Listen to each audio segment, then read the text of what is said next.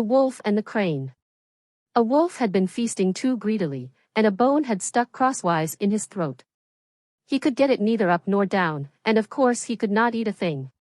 Naturally, that was an awful state of affairs for a greedy wolf. So away he hurried to the crane. He was sure that she, with her long neck and bill, would easily be able to reach the bone and pull it out. "I will reward you very handsomely," said the wolf, "if you pull that bone out for me." The crane, as you can imagine, was very uneasy about putting her head in a wolf's throat. But she was grasping in nature, so she did what the wolf asked her to do. When the wolf felt that the bone was gone, he started to walk away. "But what about my reward?" called the crane anxiously.